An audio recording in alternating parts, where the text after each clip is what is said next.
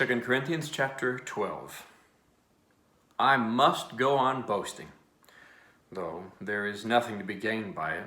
I will go on to visions and revelations of the Lord. I know a man in Christ who 14 years ago was caught up to the third heaven. Whether in the body or out of the body, I do not know. God knows. And I know that this man was caught up into paradise. Whether in the body or out of the body, I do not know. God knows. And he heard things that cannot be told, which man may not utter. On behalf of this man I will boast, but on my own behalf I will not boast, except of my weakness. Though if I should wish to boast, I would not be a fool, for I would be speaking the truth, but I refrain from it, so that no one may think more of me than he sees in me or hears from me. So, to keep me from becoming conceited, because of this surpassing greatness of the revelations, a thorn was given me in the flesh, a messenger of Satan to harass me, to keep me from becoming conceited. 3 times I pleaded with the Lord about this, that it should leave me.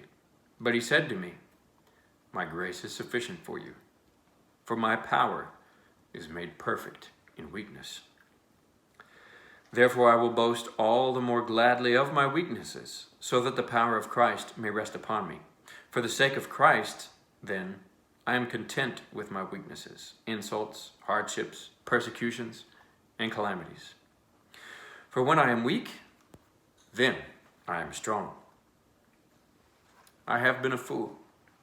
You forced me to it, for I ought to have been commended by you. For I was not at all inferior to these super apostles, even though I am nothing. The signs of a true apostle were performed among you with utmost patience, with signs and wonders and mighty works. For in what were you less favored than the rest of the churches, except that I myself did not burden you?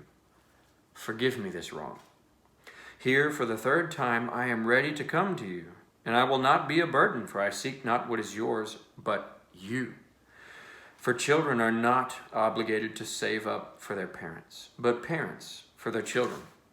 I will most gladly spend and be spent for your souls. If I love you more, am I to be loved less? But granting that I myself did not burden you, I was crafty, you say, and got the better of you by deceit. Did I take advantage of you through any of those whom I sent to you? I urged Titus to go and sent the brother with him. Did Titus take advantage of you? Did we not act in the same spirit? Did we not take the same steps? Have you been thinking all along that we have been defending ourselves to you? It is in the sight of God that we have been speaking in Christ, and all for your upbuilding, beloved. For I fear that perhaps when I come, I may find you not as I wish, and that you may find me not as you wish, that perhaps there may be quarreling, jealousy, anger, hostility, slander, gossip, conceit, and disorder.